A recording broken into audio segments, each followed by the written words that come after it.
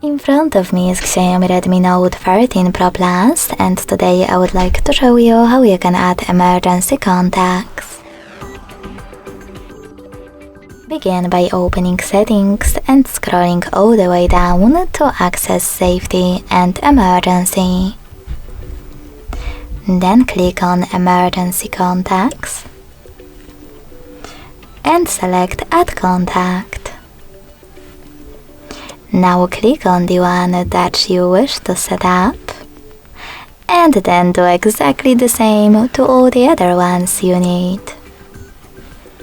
If you wish to delete one of your contacts, click on this X next to the one that you wish to get rid of, and confirm your choice in the pop-up. Thanks so much for watching. If you enjoyed this video, don't forget to leave a like, comment and subscribe. Bye!